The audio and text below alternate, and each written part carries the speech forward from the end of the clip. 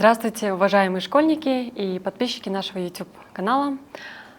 Сегодня с вами я, Джазгуль Атантаева, и наш многоуважаемый гость, первый кыргыз, покоривший Эверест, также президент Федерации альпинизма Кыргызской Республики Эдуард Куатов. Здравствуйте, Эдуард. Здравствуйте, здравствуйте. Рад тоже вас приветствовать и рад быть в вашей студии. Мы очень рады вас видеть среди первых наших гостей.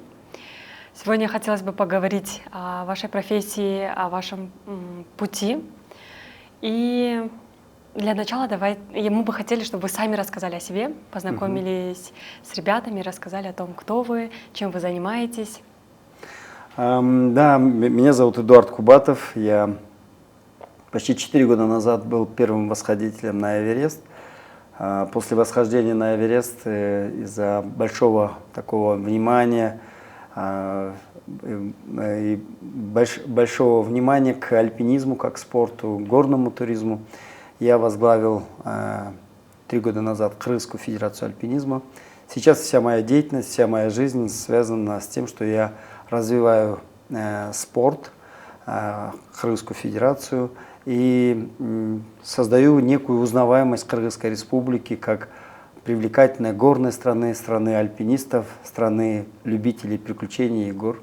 Поэтому сейчас я занят горами и Федерацией альпинизма. Спасибо большое. Не могли бы вы вкратце рассказать о своих профессиях? Я знаю, что у вас несколько профессий, то есть вы меняли. Можно ли рассказать с самого начала о первой вашей профессии, о ее преимуществах, в чем она заключалась, да?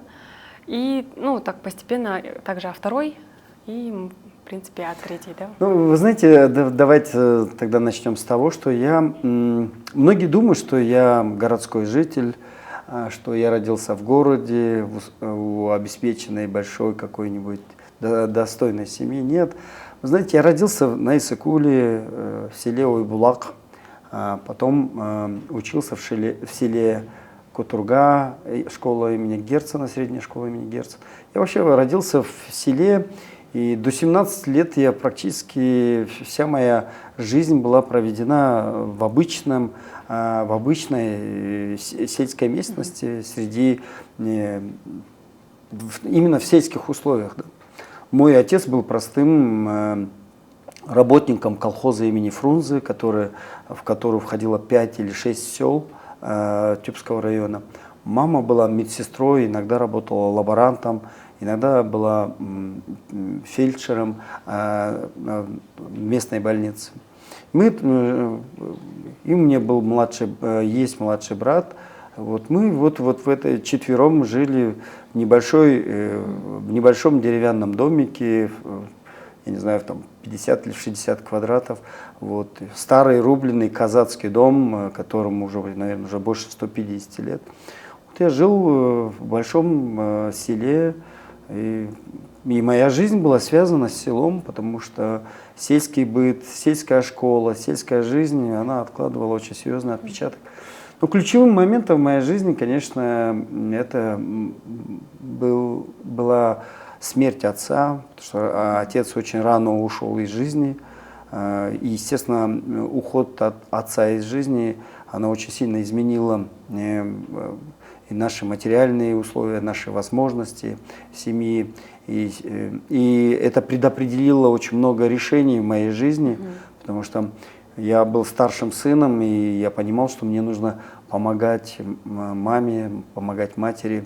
И вы знаете, у меня тоже в детстве была какая-то очень большая мечта учиться в большом университете, посвятить свою жизнь какой-нибудь очень интересной гражданской профессии. Даже была мечта заняться наукой.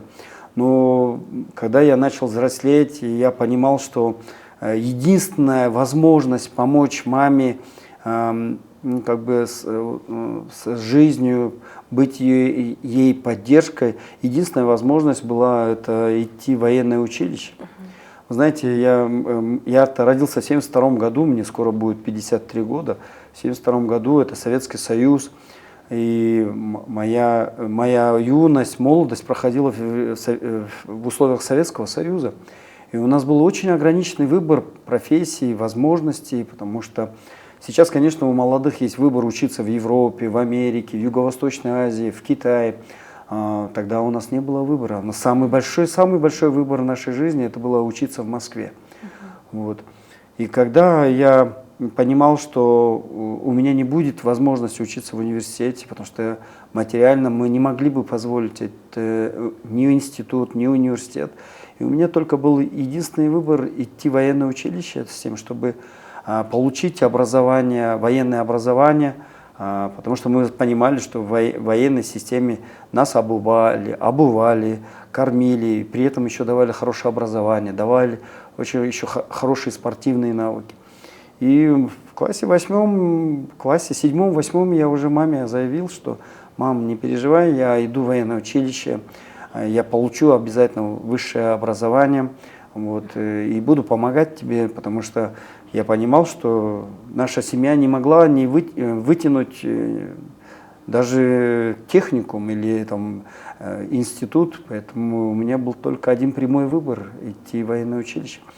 Я к тому, что вот сейчас же слушают нас читатели, зрители, я к тому, что профессия, да, действительно, возможно, это призвание, профессия – это мечта, профессия – это вот эта такая большая цель в жизни.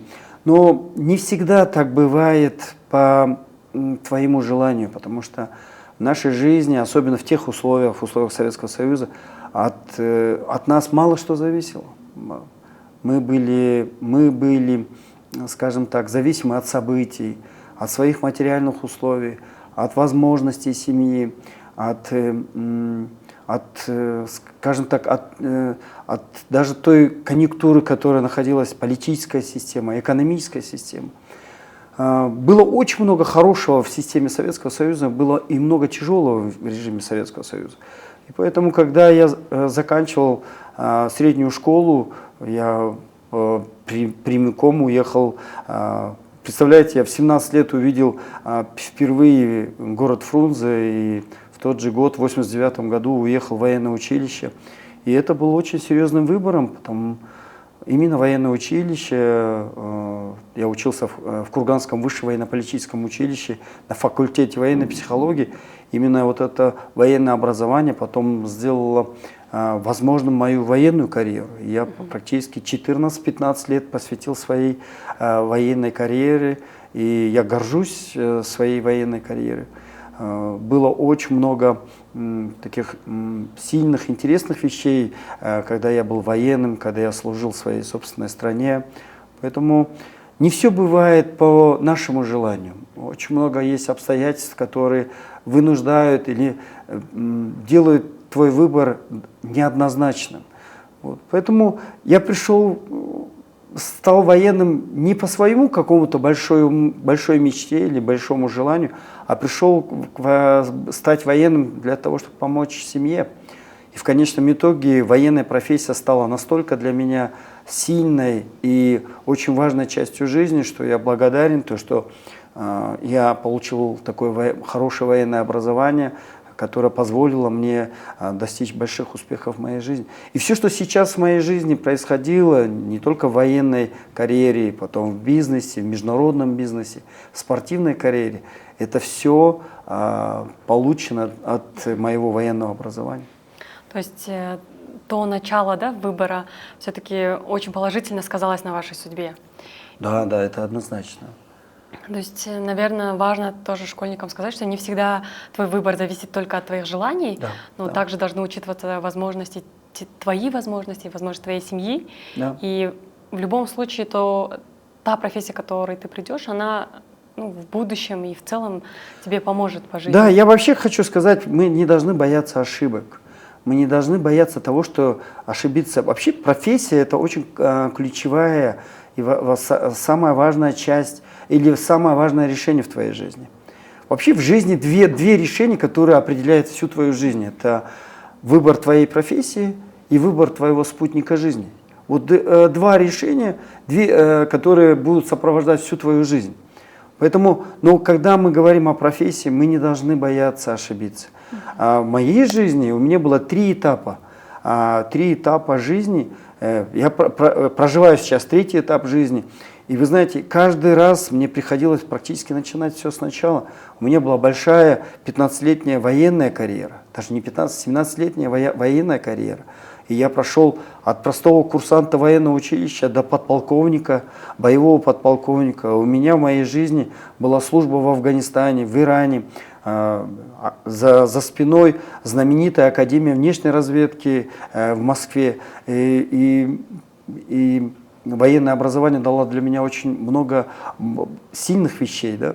Потом был очень большой период с 2005 по 2019 год, почти там, 14 лет я был в международном бизнесе.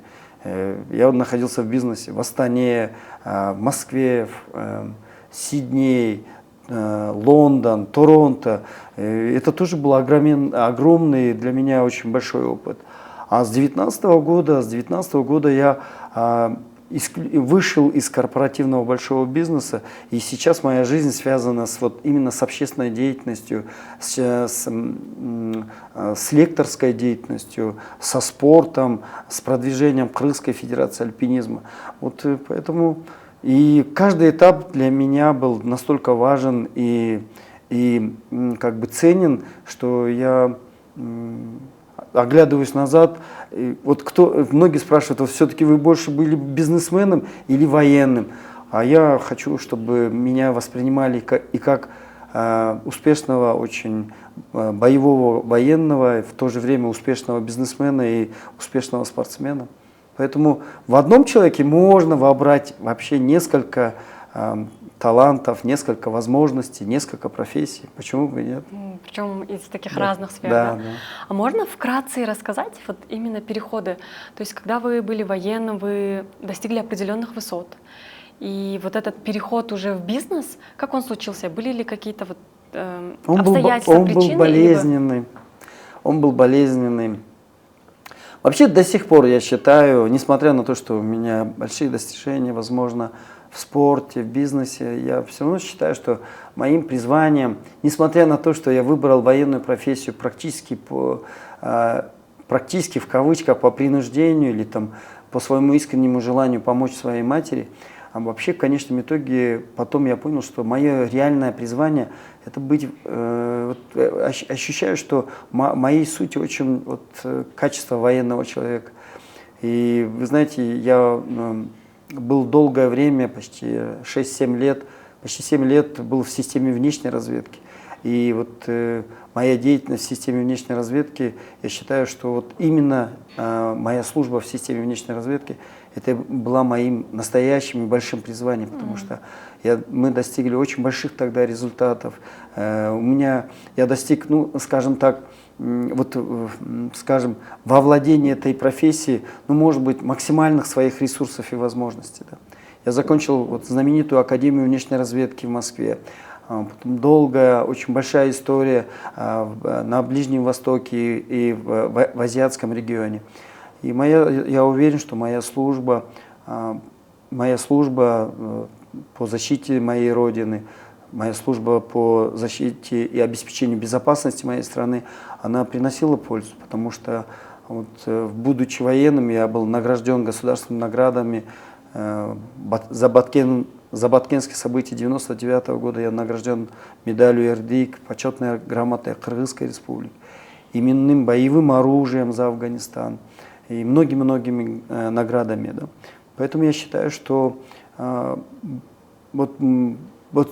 сейчас, оглядываясь назад, считаю, что именно моя жизнь в военной системе, она, возможно, была для меня самым важным. Я уходил болезненно, потому что, к сожалению, в 2004 году у нас на одной из специальных операций, боевых операциях, погиб сотрудник, боевой офицер, и мой заместитель получил увечья очень сильные. Это была специальная боевая операция. К сожалению, эта ситуация, погиб боевой сотрудник, боевой офицер, и это привело к тому, что я взял моральную ответственность за гибель офицера своего подразделения и подал в отставку в 2004 году. И в 2005 году я в январе месяце ушел в отставку и практически ушел на пике своей карьеры, на пике своих таких управленческих возможностей, будучи начальником управления, будучи подполковником, боевым подполковником, я ушел, ну, скажем так, в никуда. У меня не было готовой площадки, готовой платформы. Практически я ушел в отставку. И буквально болезненный 2005 год, и только к концу 2005 года я нашел применение своим навыкам, своим знаниям уже в международном бизнесе. Я уже начал работать в Казахстане, потом в России, потом уже в международных больших проектах в Австралии, потом в Лондоне, потом в Канаде. Вот, поэтому потом был очень долгий путь в бизнесе от 2005 по 2019 год.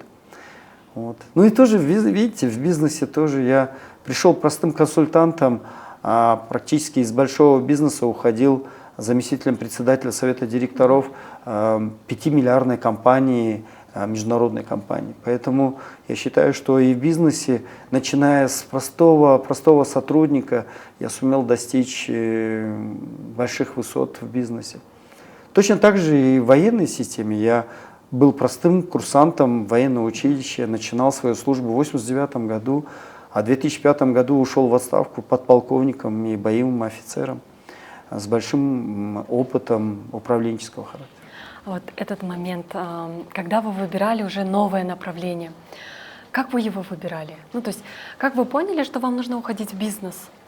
Потому что, в принципе, вы когда заканчиваете военную карьеру, условно, вот вы же сказали, что вы начали с нуля, и у вас был большой спектр, да, то есть большой выбор различных профессий. И вот как вы выбрали, то есть, профессию консультанта и дальше вот решили в этой сфере двигаться? Но вы знаете, какая ситуация? Когда я ушел в отставку, как всегда бывает, по различным причинам, мне не дали возможности, я как в прошлом боевой офицер, я не смог трудоустроиться ни на одну работу в Кыргызстане. Я подавал свои резюме и заявления на большое количество организаций, компаний и государственной службы. Да, я готов был работать и в Министерстве иностранных дел, я готов был работать и в военных структурах других, например, в Министерстве обороны, в любой пограничной службе. Но, к сожалению, я не знаю, там достаточно много, видимо, было субъективных причин, что я не смог трудоустроиться ни на одну из... В Кыргызстане я не мог трудоустроиться ни на одно место. И вот видите, я сумел найти работу только в России практически. Я просто понял, что у меня единственной возможностью для меня остается работать в бизнесе уже за пределами Кыргызстана.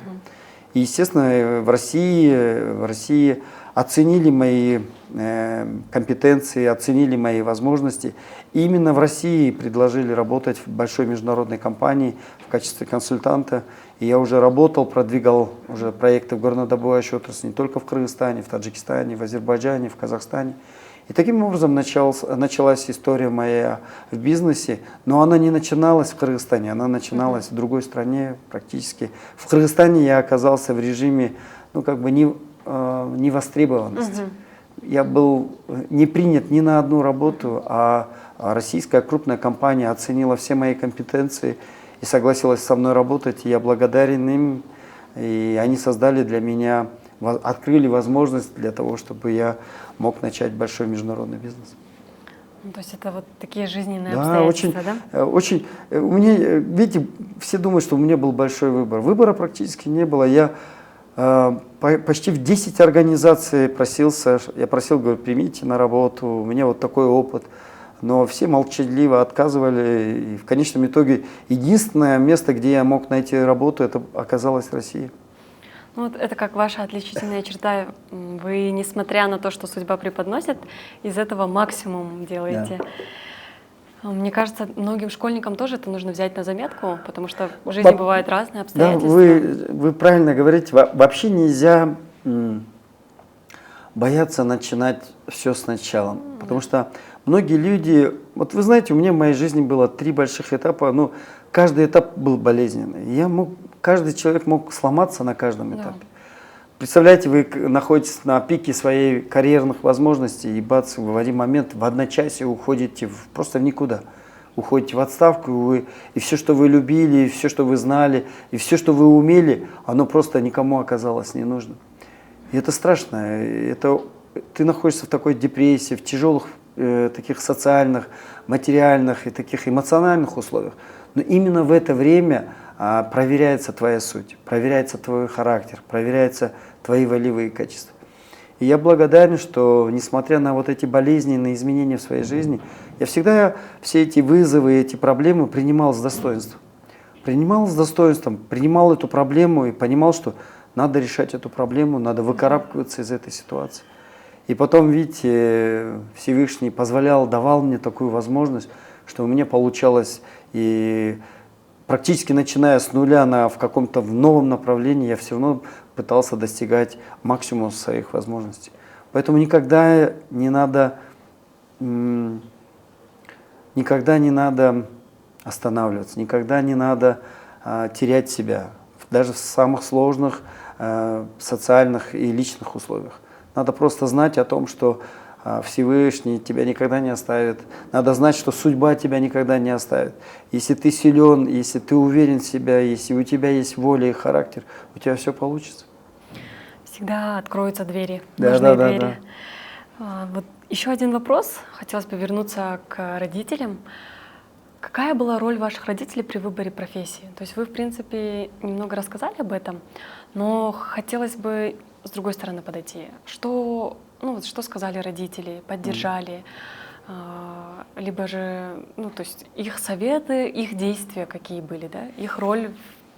Да, вы знаете, вот вроде мой папа Джумакадыр, он был человеком без высшего образования, просто было специальное техническое образование, и все. Он 2 раза попытался в свое время, в 60-х годах, получить образование, но не получилось. И в силу просто плохих материальных возможностей и условий. Да. Он пытался учиться и в Алмате, и в тогда во Фрунзе, и в Алмате. Но ему не удавалось закончить и получить высшее образование. В конечном итоге папа оказался просто без образования, но обычным работником колхоза Фрунзе, имени Фрунзе. Но при этом, видите, вот эта его внутренняя просвещенность, его вот эта внутренняя образованность, интеллигентность настолько сильно влияли на нас с младшим братом, что я считаю, что самым ключевым большим влиянием нашей жизни в системе воспитания, в системе восприятия жизни, в системе содержания собственной жизни это был папа.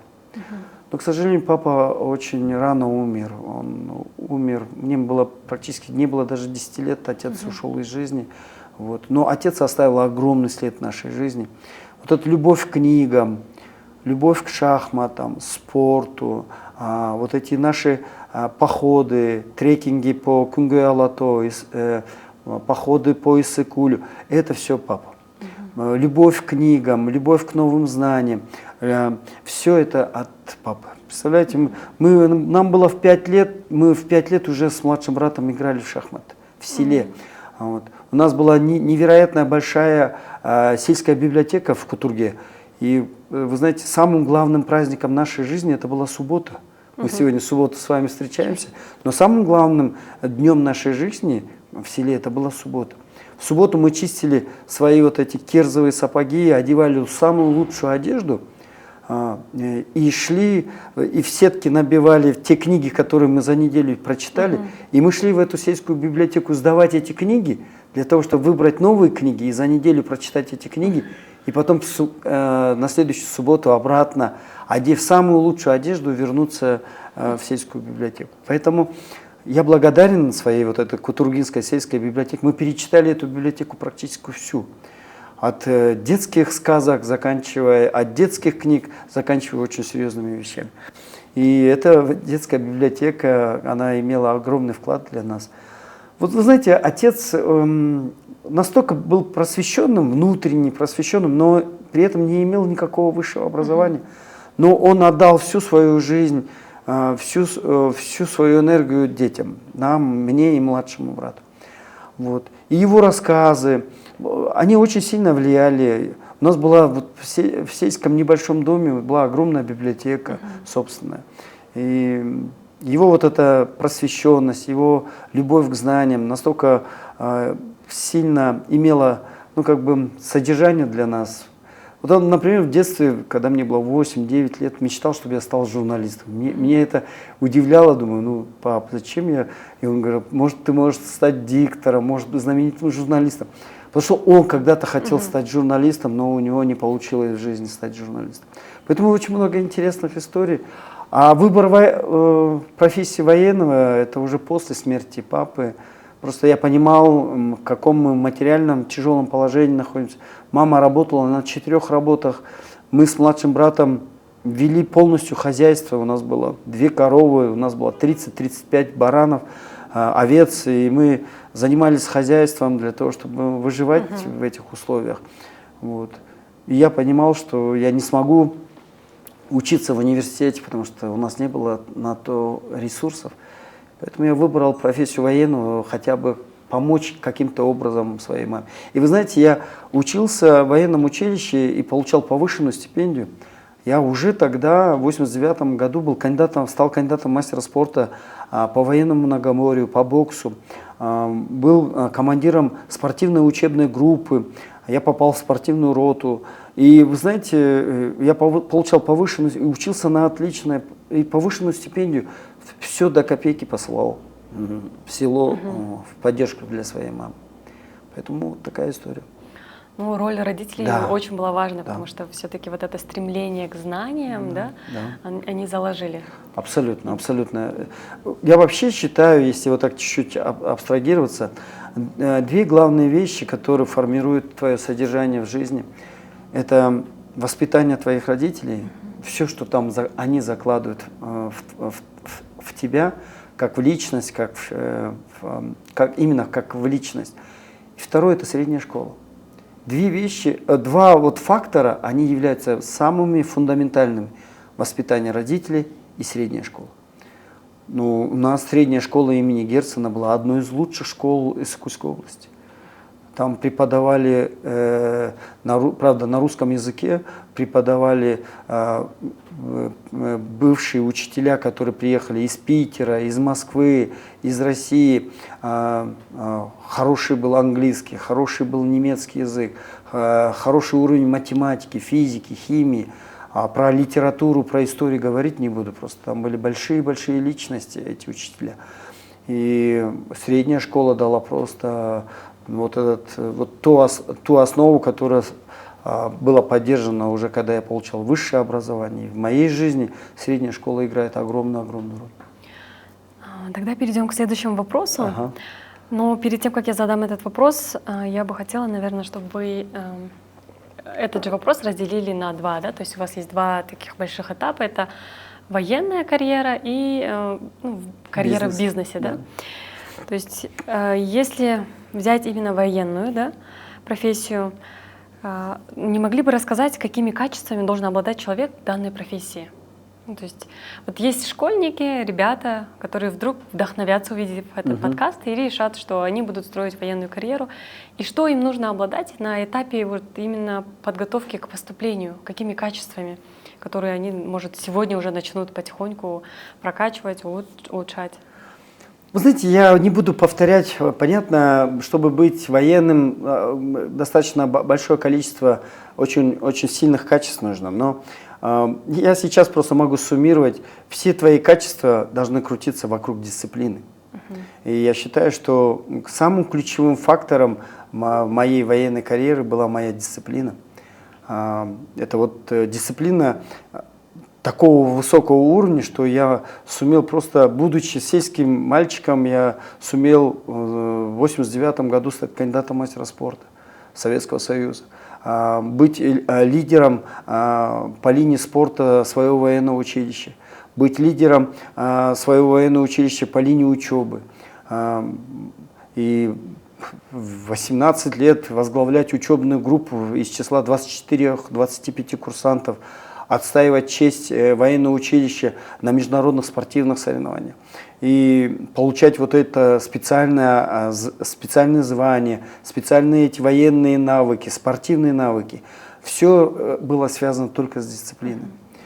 У меня не было никаких талантов, у меня не было такой, скажем так, роскошной памяти, у меня не было, скажем так, предрасположенности к языкам или к сильным точным наукам. Но именно вот упорство и дисциплина привело к тому, что я освоил и высшую математику, и теорию вероятности, и сопромат, совершенно очень тяжелые технические инженерные науки, в то же время и гуманитарные науки, и психологию. И много-много вещей мне приходилось осваивать в системе военного образования. Но это я сделал с учетом того, что у меня не было никаких способностей и сильных талантов, а все это стало возможным только благодаря моей дисциплине. Это порядок, исполнение всех заложенных задач, строго следовать плану, исполнять ее, никогда не лениться, всегда трудиться, работать над реализацией той или иной цели. И это привело к тому, что я стал успешным.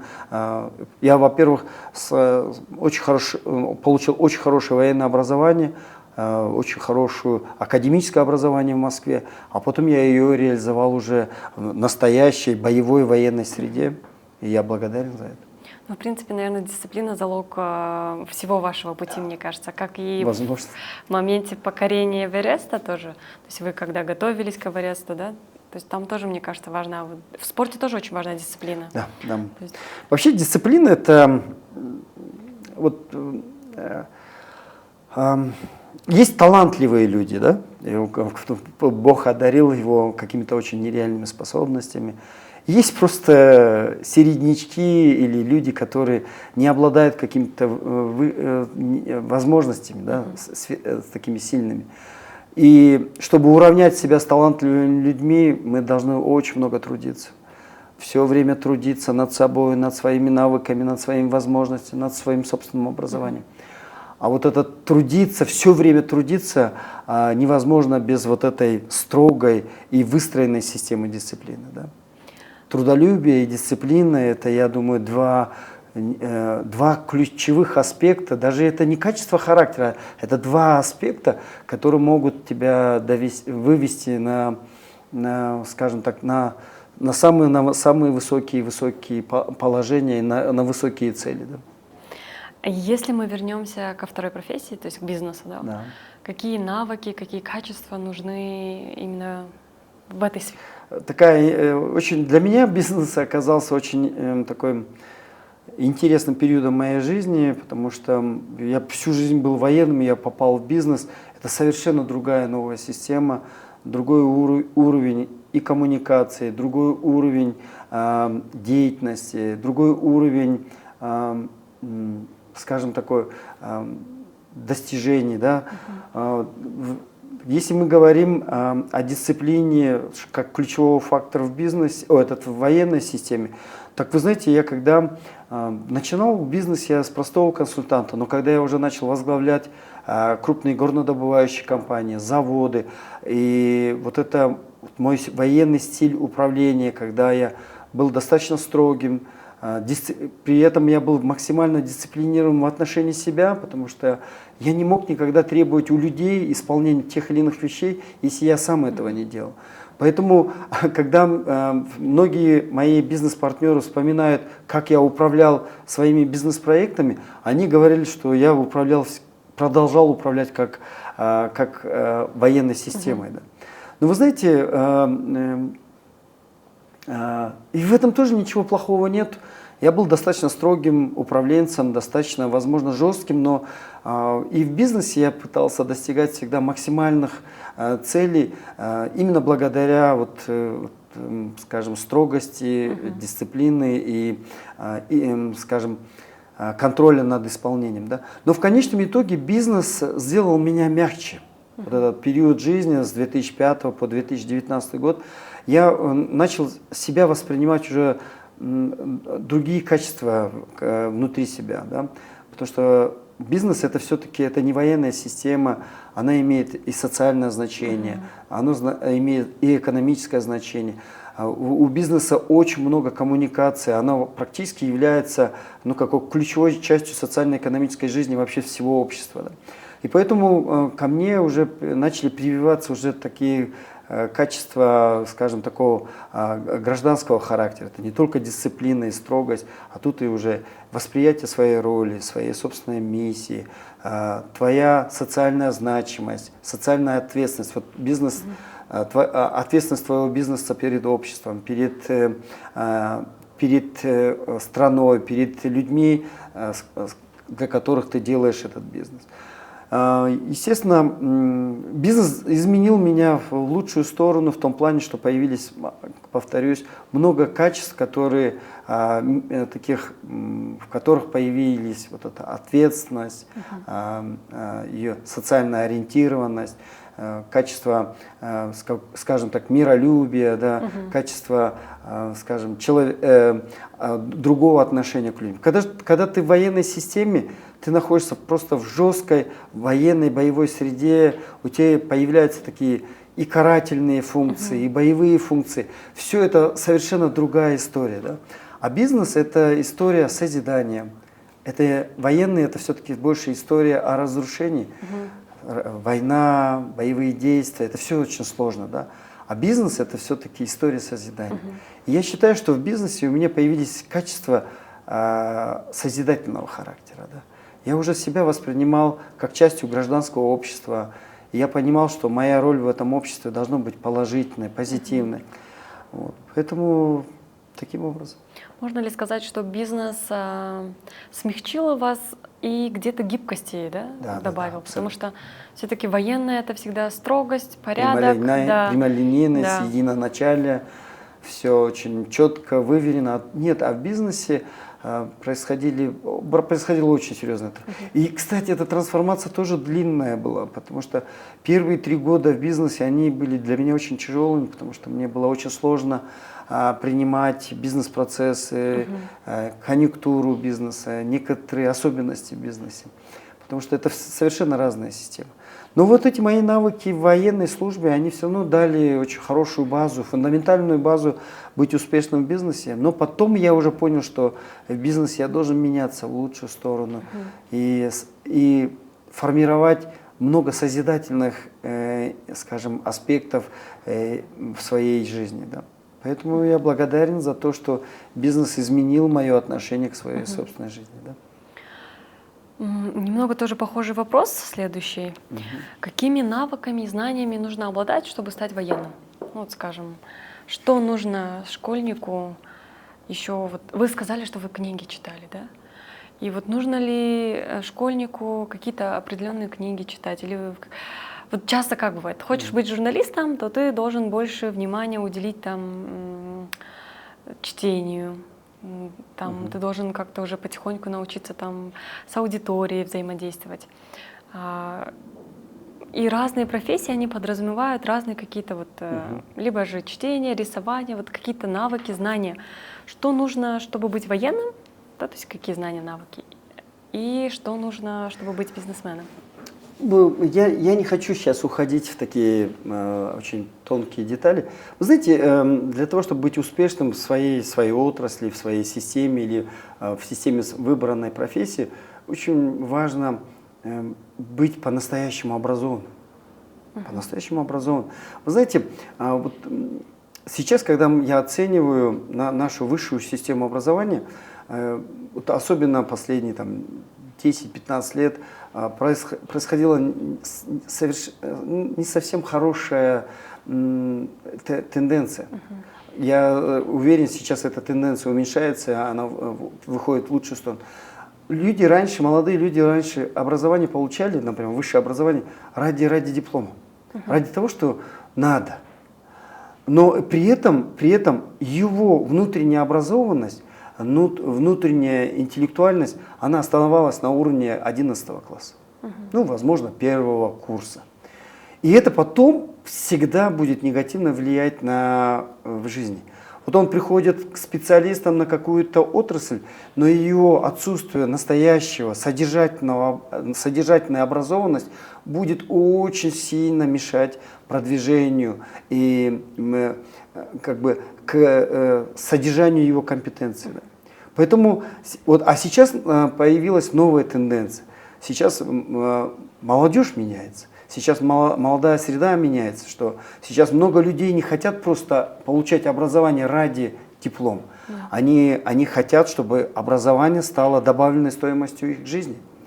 Именно образование должно стать просто трамплином в их в будущей профессии, в будущей жизни. Вот образование должно дать им этот трамплин. А раньше это было так. Просто получить диплом ради того, чтобы он был, и чтобы потом, может быть, это поможет там, найти какую-то профессию. Нет, сейчас молодые люди подходят к выбору, скажем, университетов и выбору профессии очень осознанно.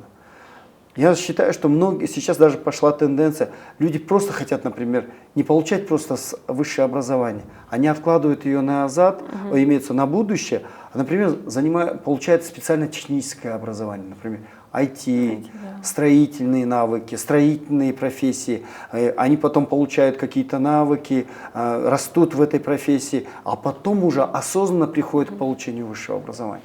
Поэтому я считаю, что нужна настоящая вот эта образованность,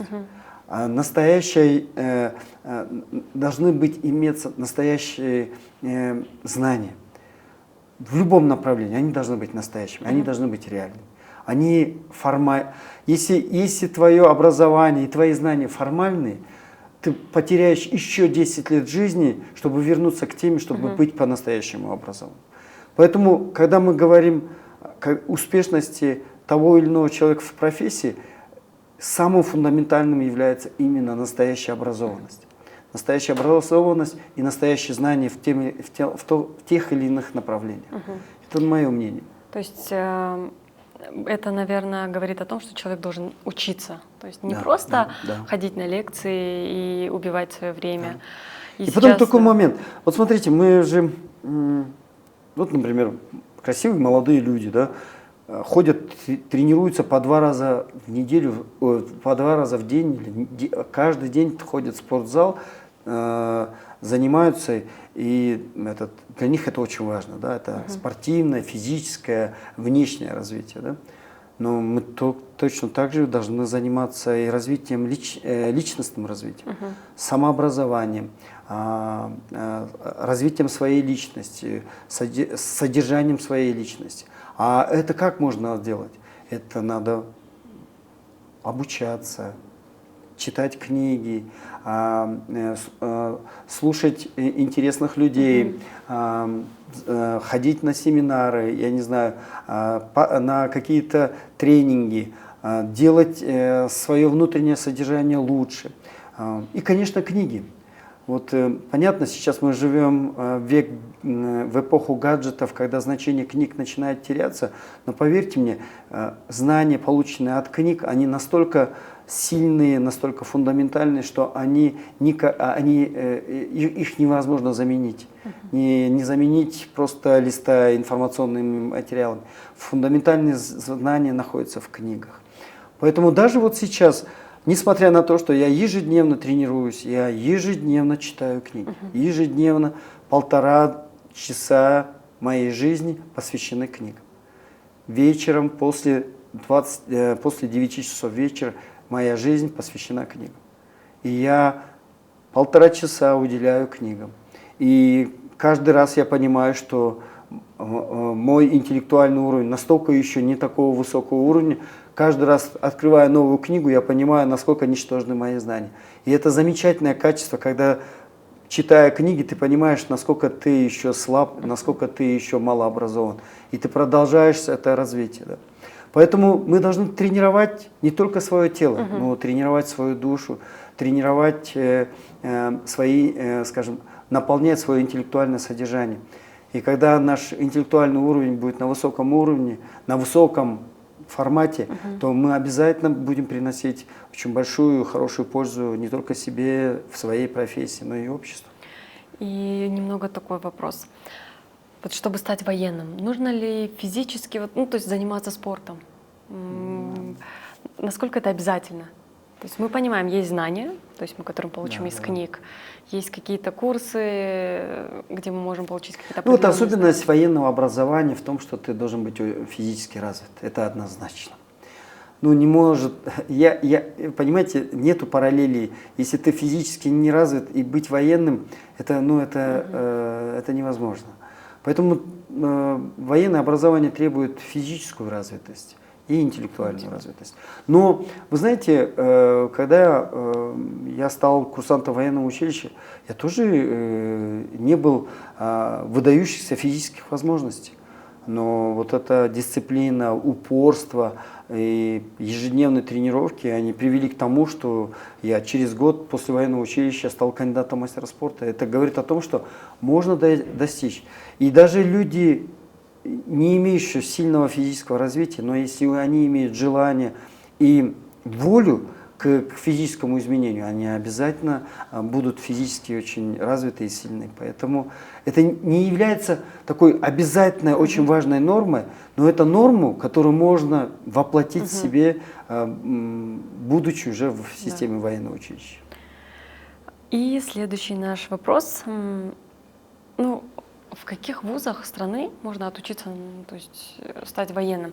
Вы говорили, что вы учились на военного психолога, да? Да. То есть если в нашей стране, скорее всего, есть ребята, которые не могут, как вы, например, поступить в Россию или куда-то уехать, такие большие, да, топовые, скажем, вузы, но в рамках нашей страны. Есть ли такие заведения, куда можно...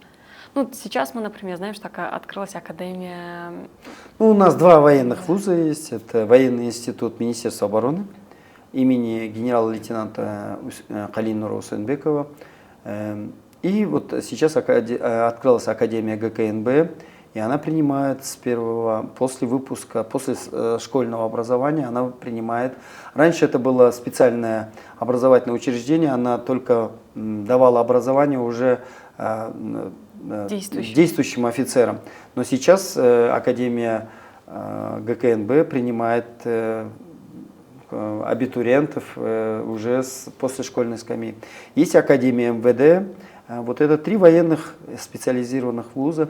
Но вы знаете, сейчас в Центральной Азии, в Казахстане, в Узбекистане, особенно, ну, нельзя исключать и Россию, сейчас есть очень продвинутые, выдающиеся, легендарные военные институты и университеты, в которых можно спокойно поступить. И она также доступна, как она была доступна для нас в советское время. Вот, поэтому таким образом надо продолжать. И я думаю, ограничения только в нашей голове. И вы знаете, мы сейчас живем в таком мире, что планета совершенно маленькая. Учиться в Казахстане, учиться в России, учиться в военной сфере в Турции, в Вестпойнт, в Америке или в Британии, это все возможно.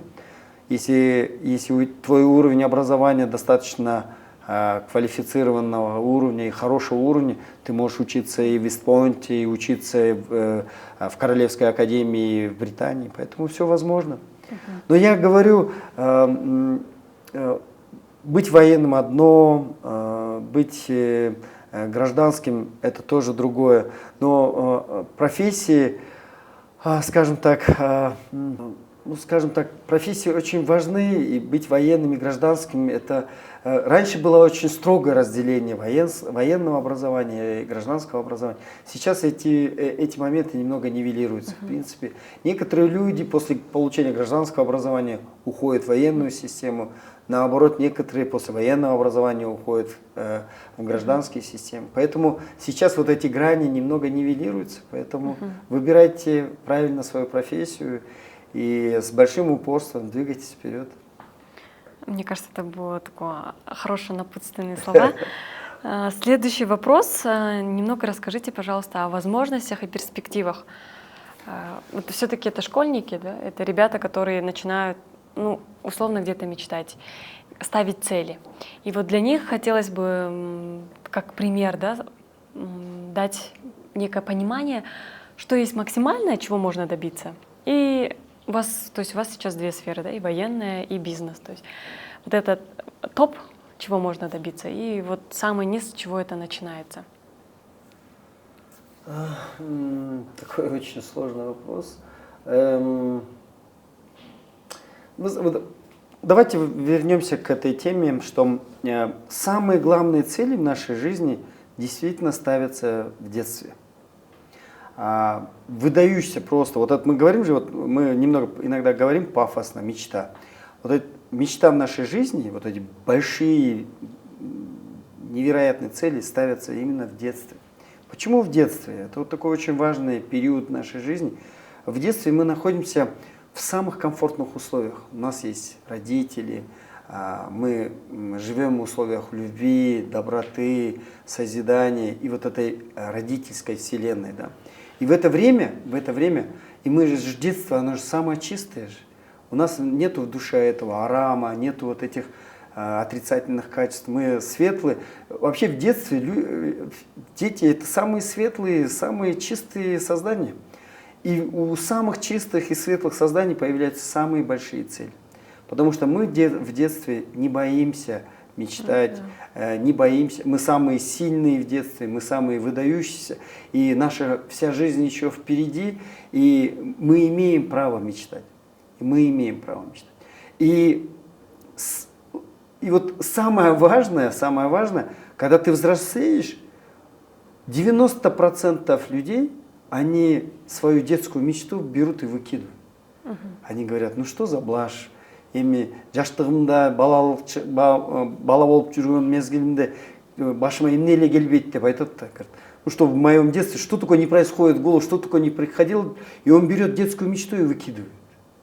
И он просто входит в режим каких-то таких тактических или, скажем, постоянных целей установок. Он просто живет, там, получить образование, потом найти хорошую работу, заработать квартиру. В общем, и вот его жизнь проходит вот в этих маленьких целеустановках. Да.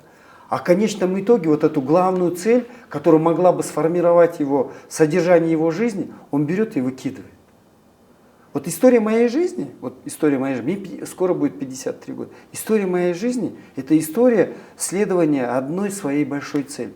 Вот представляете, в селе, в Советском Союзе, в глухом селе, понимая о том, что у тебя еще туманные перспективы в твоей жизни, вот в твои 8-9 лет у тебя происходит цель, происходит какая-то грандиозная мечта появляется в твоей жизни.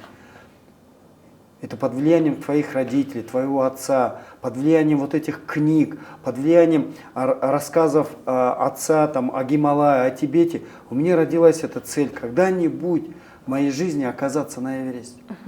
Вот представляете, вот я специально принес в своей библиотеке «Тигр снегов». Это книга 1961 года. А книга Тенцинга Норгея, первого человека, который поднялся на Эверест. Это непальский легендарный великий альпинист.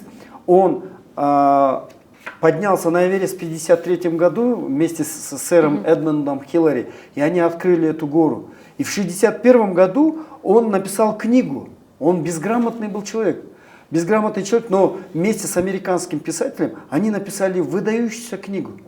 Он не умел писать, не умел читать. И этот человек, написал книгу «Тигр снегов». И вы представляете, в моем детстве, 1961 года, молодая гвардия, и представляете, мой отец, когда я начал увлекаться горами в детстве, когда я начал зачитываться книгами о Гималае, о Тибете, о Хантенгри, об Алато, о Тиньшане, о Памире, мой отец 3 года искал, почти 2 года, извиняюсь, 2 года искал. И перед самой смертью нашел эту книгу. Он находил мне книги, огромное количество книг про гор, но я хотел, пап, найди «Тигр снегов». Но мы не могли найти, потому что это был бестселлер. Его невозможно было найти. И эту книгу отец нашел буквально в 1983 году перед самой смертью. И эта книга, это та книга, которая стала книгой моей жизни. И вы представляете, я когда делал восхождение на Эверест, мне было 49 лет. Мечта об Эвересте появилась в 9 лет. И я 40 лет своей жизни посвятил тому, чтобы вернуться к своей мечте. Вот представляете, у меня точно так же, как у 100% людей было, получить образование, получить профессию, работать, заработать квартиру, заработать на жизнь, то все, материальные какие-то цели, установки. Мы все проходим через этот этап. Но у меня хватило мужества, хватило любви к своим родителям, памяти к своему отцу, вернуться к своей мечте. Мне было 49 лет, когда я взошел на Эверест. И я оставил, вы знаете, я оставил бизнес. В 2019 году я оставил бизнес. Я ушел с 3 своих больших позиций в бизнесе. В Лондоне, в Сиднее и в Торонто. Я ушел со всех проектов ради того, чтобы всецело посвятить восхождению на Эверест. И в 49 лет я достиг вершины, достиг своей цели. И эта мечта, этот Эверест изменил мою жизнь. Теперь в моей жизни нету ни военной профессии, в моей жизни теперь нету и бизнеса. В моей жизни сейчас есть спорт, и общественная деятельность, и федерация альпинизма. Поэтому таким образом, видите, 99% людей выкидывают свою мечту и просто свою жизнь посвящают материальным целеустановкам. И, возможно, только несколько процентов людей, которые посвящают свою жизнь какой-то большой цели. Я посвятил эту свою жизнь к достижению Эвереста. И Эверест настолько был благодарен для меня, и он дал такую обратную связь, что она изменила мою жизнь. В 49 лет я изменил свою жизнь почти на 180 градусов. И Эверест имеет для меня сейчас настолько глобальное значение, что мне кажется, что все остальное является производным теперь от Эвереста. Ну, то есть, по сути, весь ваш путь привел вас к Эвересту, к той мечте, которая была заложена в детстве. Да. И в благодарность, вот, я же тоже не имею литературного таланта, и в благодарность, из-за того, что я после Эвереста начал большое количество выступлений, да, вот сейчас люди посчитывают, около 140 выступлений сейчас, да, за 4 года. Я выступал перед аудиторией в 50 человек и выступал перед аудиторией в 5000 человек. И я видел, какое огромное внимание со стороны молодежи, со стороны даже вот этих старшеклассников, со стороны крымского общества. Да? И тогда я решил для себя в 2021 году, что после Эвереста я должен написать книгу. И вот эта книга «Тигр снегов» 1961 года, она настолько оставила для меня такой сильный отпечаток, что я написал свою книгу-дневник «Мой Эверест», и эта книга посвящена моему восхождению Эвересту. И в этой книге, кстати, очень много написано о дисциплине, о воле, о мужестве настоящем, о честности, о тех качествах, которые делают просто людей большими личностями. Поэтому, если будет возможность, этих книг уже нету в продаже, они все уже распроданы, но будет скоро второе издание на крымском языке «Менин Эверестом» и на русском языке «Мой Эверест». Скоро выйдет и английская версия. Так что, если будете где-нибудь в библиотеке или в магазинах, увидите, обязательно прочитайте. И там есть мои собственные ответы на мои собственные большие вопросы в жизни. Мы немного забежали вперед, но, в принципе, мы как раз-таки хотели узнать о той книге, которая поменяла вашу жизнь. И я думаю, что все-таки мы отдельно книгу тоже покажем, чтобы ребята увидели и обязательно прочитали. Но, говоря именно о вашей книге, хочется ребятам сказать, ребята, под этим видео вы можете оставить комментарии о тех инсайтах, о тех каких-то важных сказанных словах, которые вас тронули ваше сердце, заставили вас задуматься. Вы можете написать о том, что вы для себя извлекли из этого видео в виде комментариев. И самый лучший комментарий выберет сам Эдуард, и мы вам отправим эту прекрасную книгу. Я думаю, что для кого-то она тоже станет его Эверестом и поможет. Вот я буквально недавно, на днях видела ваш другой подкаст, и вы там сказали, что у каждого свой Эверест. Я думаю, что тот школьник, который получит эту книгу, для себя найдет свой Эверест и его покорит. Обязательно. Я абсолютно уверен, что так и будет. Вот, теперь, наверное, вернемся к вопросу о лайфхаках, да? Все зрители тоже поняли, что у вас было много моментов, когда вы делали выбор. И хочется узнать, есть ли у вас какие-то способы, секреты, инструменты, когда вы стоите перед выбором. Как вы делаете выбор? Используете ли вы какой-то свой инструмент, свой метод? Или чем именно вы руководствуетесь, делая выбор? Возможно, это станет для одного из школьников примером того, как выбрать профессию. Вы знаете, ну, кстати, это очень сложная вещь, очень тонкая вещь. Видите, мы же альпинисты, и мы в горах практически находимся один на один со стихией, практически со страшной стихией, и ты проходишь испытания между жизнью и смертью. И мы научились читать свою жизнь, очень быть внимательным к сигналам, которые дает Вселенная. Сигналы могут происходить в любом формате. Это случайная встреча, какая-нибудь информация, которую, читая, листая, ты зацепил, какие-то события, которые предвосхищают те или иные моменты, какие-то моменты, которые могут для тебя привести к выводу, что это плохо или хорошо.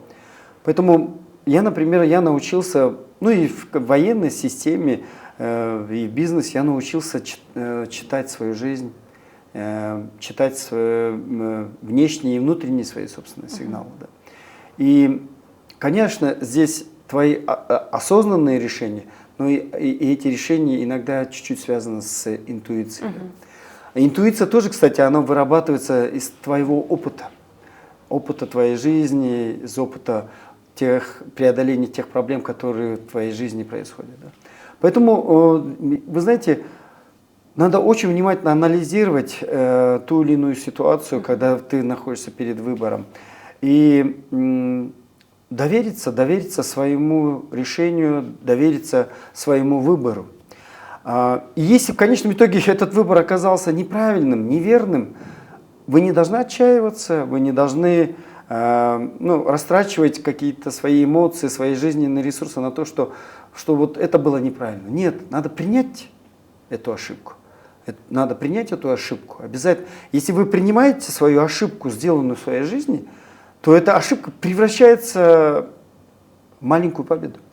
Потому что если эта ошибка приведет к тому, что вы сделаете очень серьезные выводы и не вернетесь к этой ошибке уже второй раз, и вы станете уже заметно лучше и сильнее. Да. Поэтому надо двигаться, читать свою жизнь, принимать свои решения с доверием к собственному «я». И при этом не надо бояться. Это правило моей жизни. Я никогда не боюсь принять неверное решение. Но если когда-нибудь, когда события, время покажут, что это было неверно, неправильным решением, просто принять эту ошибку. Сделать очень глубокие правильные выводы, чтобы не повторить это в жизни. Все. И пазлы начинают совпадать. А если ты выбрал решение, и оно оказалось позитивным, и оно добавляет тебе опыта. Твоя жизнь, она же составлена из твоих опытов. Да. Опыты позитивные, опыты с ошибками. И вот этот твой опыт, твое содержание, оно становится лучше, крепче и на другом уровне.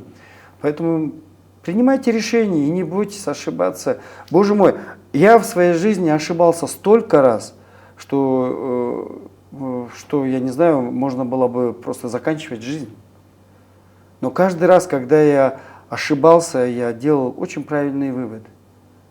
Очень правильные выводы для того, чтобы не повторять это. Но есть в жизни фатальные ошибки, которые несовместимы, например, но это уже другая речь или другая тема. Фатальные ошибки – это те вещи, непоправимые ошибки. Вот. А когда мы говорим о незначительных своих ошибках в жизни, то они всегда поправимы. Если вы, кстати, к ошибке относитесь с благодарностью, что она дала такой очень большой, сильный опыт, эти ошибки становятся маленькой победой. Да, вот вы хорошо отметили. Поэтому таким образом. Что любая ошибка — это, в принципе, всегда маленькая победа. Да. То есть если хороший результат — это большая победа, то, в принципе, результат Даже если есть какие-то там... Потом, вы знаете, я не люблю очень вот таких людей, которые... Я вообще не люблю идеальных людей. Я не люблю людей, которые являются крайне там абсолютно позитивными. Нет. Вы знаете, наша жизнь такая сложная, она настолько многогранная и очень непростая, что мы все время находимся между гранью хорошим и плохим, между добром и злом. Это содержание жизни каждого человека, это грани между хорошим и плохим, между лучшим и худшим, между добром и злом. Это происходит всегда. И вот в этом формате ты как личность и растешь, когда ты выбираешь между этим и этим. Поэтому в жизни будет огромное количество ошибок. Принимайте ее как очень сильный, большой и очень важный опыт в жизни. Поэтому и продолжайте двигаться вперед, не оглядываясь на эти ошибки. Мне кажется, мы снова забежали вперед. В принципе, вы дали очень хорошие советы ребятам. Тогда, в принципе, можем перейти, наверное, к самому главному, последнему вопросу, немного философский вопрос. Что, по вашему мнению, главное и важное в жизни? Да, это очень философски, очень непросто. Главное в твоей жизни, вот очень непростой вопрос. Главное в твоей жизни, вот по-настоящему искренне, да, от твоей жизни должна исходить польза. Если от твоей жизни нету пользы, условно для твоих близких, для твоих родных, для твоей семьи, для твоего общества, для твоей страны, для твоего государства, то это жизнь, которая не имеет смысла. Наша жизнь будет иметь смысл, когда в ней будет польза. Поэтому вот этот элемент пользы, он является ключевым. Зачем мы получаем образование? Зачем мы получаем профессию и двигаемся? Для того, чтобы принести пользу себе, семье, родным и обществу, и стране. Ну а если в твоем содержании не будет вот этого формата, что твоя жизнь должна приносить пользу, тогда это жизнь без цели. Да. Поэтому... И потом, вы знаете, ключевой момент. Твоя жизнь должна приносить пользу. И очень важный момент, поймите, очень важный момент.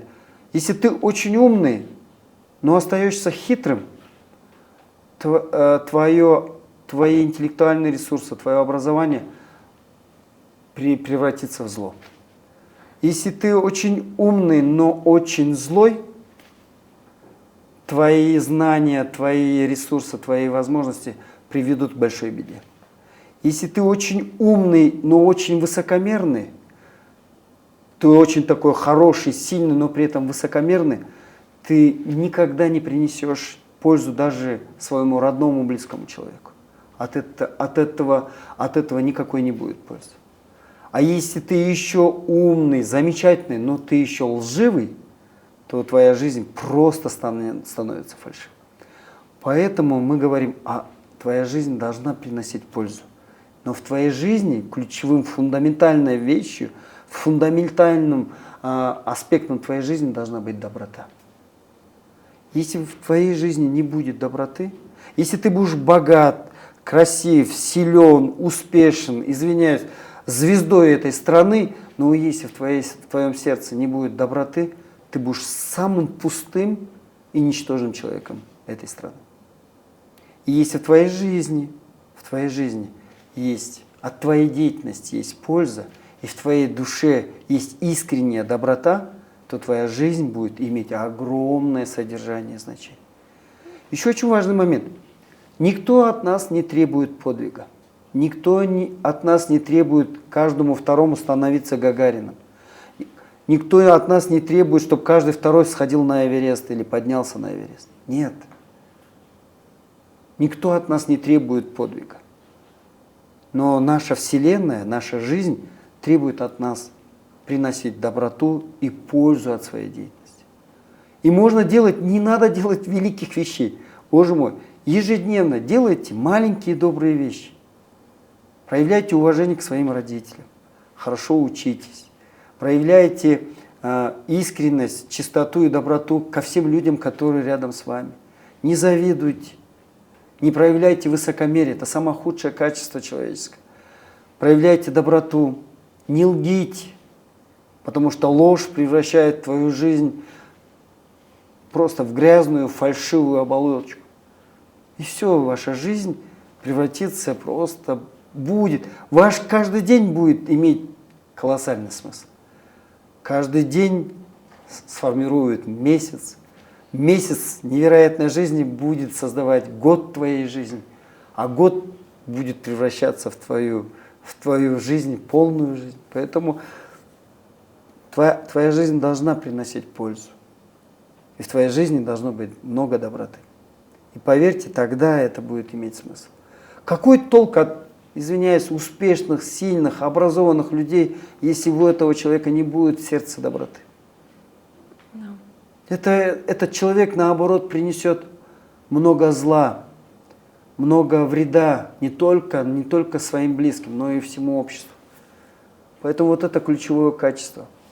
Один великий человек сказал: если вы умный, успешный, но вы остаетесь хитрым и злым, значит, если вы остаетесь хитрым и злым, значит, все предыдущие лучшие качества уже не имеют никакого значения. Поэтому прививайте, дорогие друзья, в своем сердце доброту, честность, мужественность, волю, дисциплину, характер.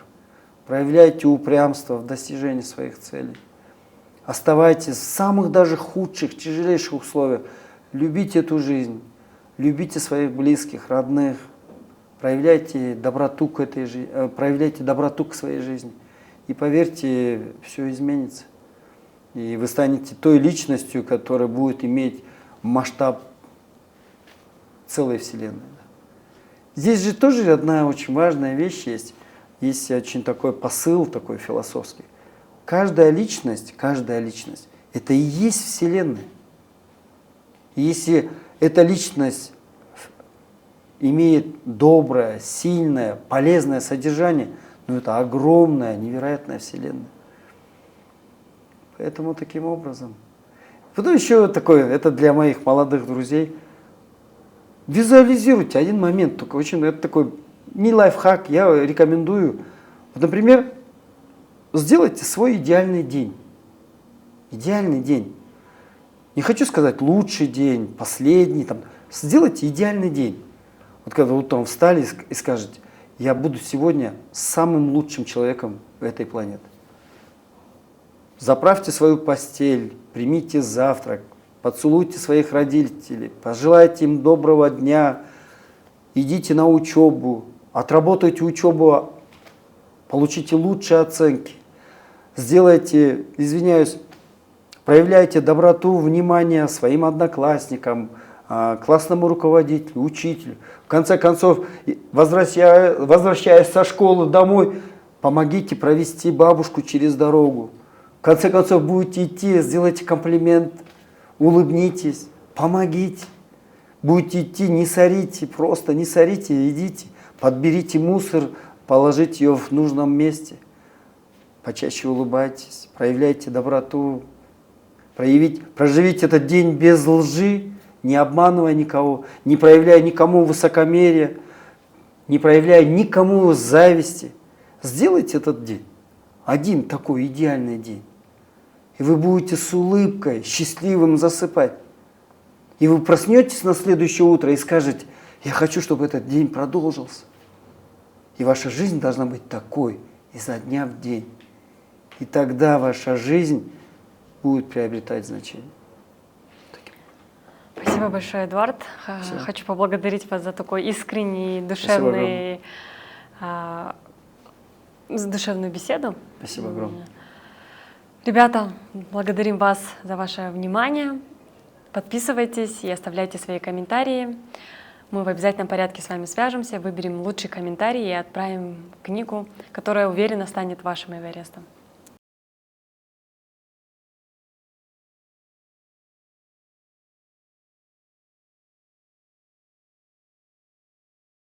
Твое будущее создается сегодня.